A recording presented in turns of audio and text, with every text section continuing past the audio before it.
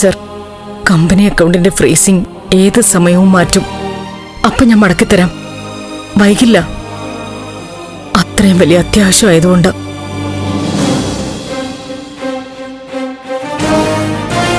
കോളേജിൽ സാറിന് പല ആവശ്യങ്ങളും വന്നപ്പോ ചോദിക്കുന്ന കാശ് ഞാൻ തന്നിട്ടുണ്ട്. പഴയ കാര്യങ്ങൾ ഓർമ്മിപ്പിക്കുന്നതല്ല. ഞാൻ പറ്റിച്ചു കളയുമെന്നാണോ സാറിന്റെ പേടി? സർ പ്ലീസ് സർ, ജസ്റ്റ് ഒരു 5 ലക്ഷം രൂപ. എന്താ ഇത്? ആരോടെങ്ങനെ കാലുപിടിച്ച് കെഞ്ചുന്നേ? അല്ല, കോളേജിലെ പഴയൊരു കൊളീഗ വക്കീൽ ഫീസ് കൊടുക്കണ്ടേ, കടം ചോദിച്ചതാ. പുള്ളിക്ക് ഒരുപാട് സംശയങ്ങൾ. കാശ് തിരിച്ചു കൊടുക്കൂ. അങ്ങനെയുള്ളവരോട് സംസാരിക്കാൻ പോകരുത്.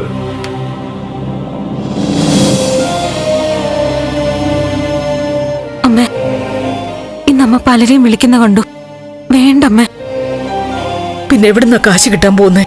നിങ്ങൾ തന്നെ പറ. നിങ്ങളുടെ കയ്യിൽ കാശുണ്ടോ? ഒരു കാര്യം ഓർമ്മിച്ചോ, എന്നെങ്കിലും വീണ്ടും കാശൊക്കെ ഉണ്ടാവുകയാണെങ്കിൽ ഓരോ പൈസയും സൂക്ഷിച്ചേ ചെലവഴിക്കാവൂ. കാശില്ലെങ്കിൽ വിലയില്ല.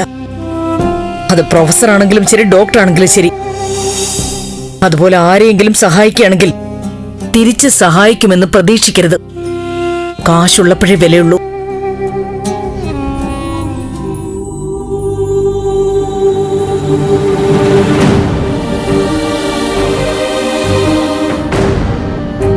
നന്ദ, പണമില്ലെങ്കിൽ വിലയില്ലെന്ന് മാത്രമല്ല, നമ്മളൊരു ബാധ്യതയാവോന്ന് പോലും പലരും സംശയിച്ചു തുടങ്ങും, ഒഴിഞ്ഞു മാറും. ഇപ്പൊ ഞാൻ വിളിച്ച പ്രൊഫസർ അടുത്ത തവണ എന്റെ നമ്പർ കണ്ടാ എടുക്കില്ല.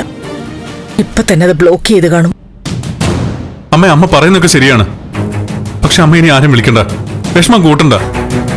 എനിക്ക് നാണക്കേടും വിഷമവും ഒന്നുമില്ല. എന്റെ മുൻപിൽ സിദ്ധു മാത്രമേ ഉള്ളൂ. സിദ്ധുവിനെ ജയിലിൽ നിറക്കാം, അത് മാത്രമേ ഉള്ളൂ ലക്ഷ്യം. നാളെയും ആരോടെങ്കിലും ഒക്കെ ചോദിക്കണം.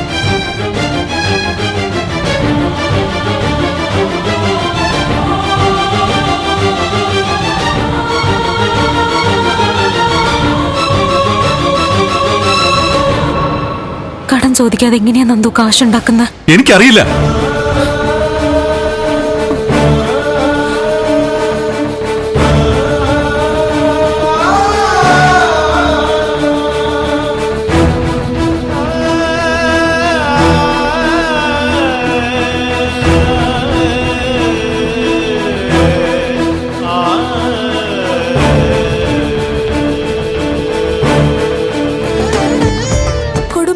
കൂട്ടുകൂടിയ 10 വർഷങ്ങൾ.